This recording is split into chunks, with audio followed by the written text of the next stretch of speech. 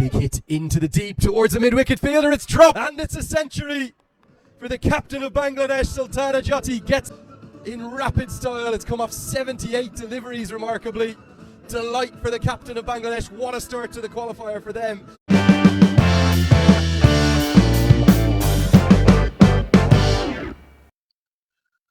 অবশেষে সেঞ্চুরিটা পেয়ে গেলেন নিগার সুলতানা জ্যোতি, বাংলাদেশের নাম্বার 1। একের পর এক ম্যাচ খেলে যাচ্ছিলেন, ওয়ানডে ক্রিকেট, টি-20 ক্রিকেট সবকিছুতে রেকর্ডের বন্যা ভাসিয়ে দিয়েছিলেন। কিন্তু আরাধ্য একটা জিনিসই বাকি ছিল, বাংলাদেশের সবচাইতে ট্যালেন্টেড ব্যাটারের একটা সেঞ্চুরির আক্ষেপ ছিল ইন্টারন্যাশনাল ফরম্যাটে, অন্তত ওয়ানডে ক্রিকেটে। টি-20 কিন্তু সেঞ্চুরি তিনি পেয়ে গিয়েছিলেন ইন্টারন্যাশনাল ক্রিকেটে, তবে ওয়ানডে ক্রিকেটের সেঞ্চুরিটা অধরা রয়ে গিয়েছিল।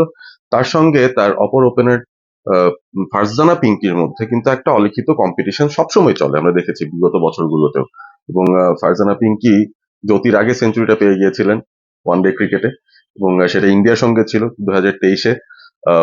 নিগার সুলতানা শেষ পর্যন্ত বিশ্বকাপের ওডিআই বিশ্বকাপের কোয়ালিফায়ার্সে পাকিস্তানে গিয়ে থাইল্যান্ডের এগেনস্টে তার প্রথম ওডিআই সেঞ্চুরিটা তুলে নিলেন, এবং বাংলাদেশও সেই সাথে একটা রেকর্ড করেছে। অবভিয়াসলি 271 রান বাংলাদেশ করেছে থাইল্যান্ডের বিরুদ্ধে আগে ব্যাটিং করে, যেটা বাংলাদেশের ওয়ানডে ইতিহাসের সর্বোচ্চ run.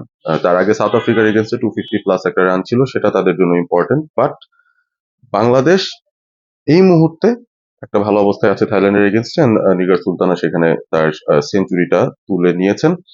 Congratulations to Nigar Sultana.